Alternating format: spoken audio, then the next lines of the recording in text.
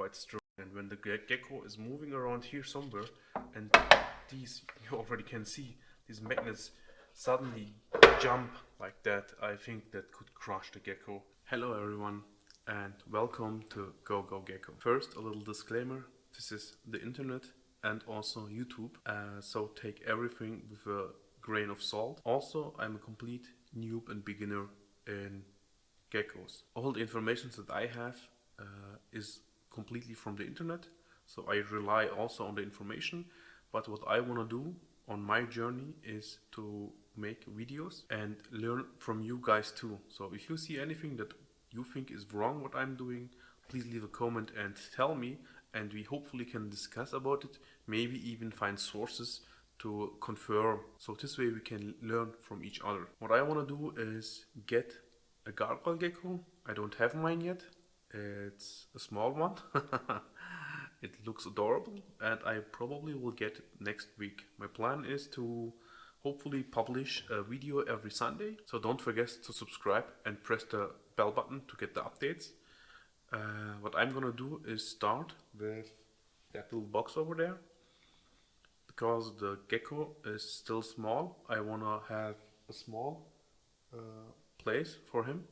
Actually, this is quite big for a small gecko, I think. If I'm wrong, you can tell me. But I was thinking to keep him for 1 or 2 months in that box, and that will also give me the time to find something nice for him where I can put him in. Maybe we can find something nice together for the gecko. If I remember right, it was more reddish, the gecko. I don't have a name for it yet, but I'm pretty sure we will find something for him. And also, why I wanted to start with a box is this one will be enough, I think, for the gecko right now. But later on, when I have something bigger, I probably will still need something like this box as backup, or when I need to do something, I can get the gecko out and put it in the box while I'm working on the bigger ones, for example. So it's probably pretty neat to keep something like that around. So actually I am not completely done yet. I just have started to work on this little box.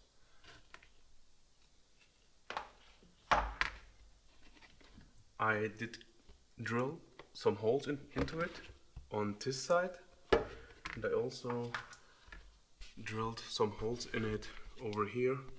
Unfortunately, I have some cracks here, but I don't think that those will be any problem. And I want to actually align these holes with the ones on the side here, so that I have all my holes over this side. And my thought process for this is actually to have some kind of gradient in the temps. I want this side to be a little bit hotter than this side where the fresh air moves around. And I actually also ordered a PC fan that I can put up here for when I see with my sensor that it's getting too hot, that I can cool down the enclosure. And I actually just bought this guy. It's a couple of days old at least, so I already could test my room temperature, and as you can see, I had a maximum of 25.9 Celsius with a maximum humidity of 66 and 22.5 Celsius temperature minimum with a humidity of 54%, which is I think it's quite good for a gargoyle gecko. And I also can switch that over to a Fahrenheit, and that would be a maximum of 78.6 Fahrenheit to a minimum of 72.5 Fahrenheit. This should be all good, but of course I want to keep a close eye on this one and make sure that the little one is safe. I have a little wood that I have washed, so I didn't actually show that one, but it's a little bit wet, so it's staying somewhere else to dry. Then I also got a package of some plants, plastic plants that I will be putting in. Yeah, this is not finished yet, but I will hopefully have finished it for next week. And I also got something like this. And maybe just to showcase, we can open this little one up here. And I can put this in. So I'm thinking to put this one somewhere on this side where is where it's a little bit hotter, hopefully. And so what I think is getting the tree or the tree over here, so that the gecko can climb over here and get in, and so the plants will be spread around. I also will get a paper towel on the ground and mist it. But what I think is really cool about these things is they have magnets on them, so I can actually get them apart, and they look quite awesome. This will also be cleaned. I want to clean this turf thoroughly because it looks a little bit dirty. It's brand new. But what I was also thinking for a second at least was to put this one in like this, completely open, and to put this somewhere else, like, I don't know, maybe something like that.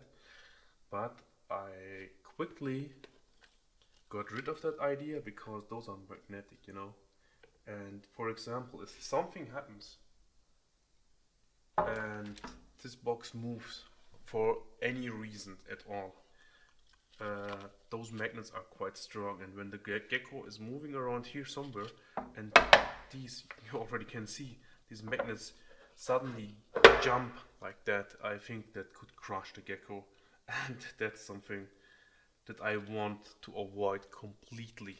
I don't want to have any risk like that, so I will probably leave this one always on, just to be sure not to harm the gecko. Yeah, that's this one, guys.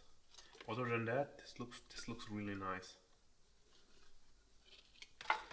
And I'm also thinking about to get a second one, because I want to have the temps and humidity on this side, and also I want to have the temps and humidity of this side, because there should be a difference.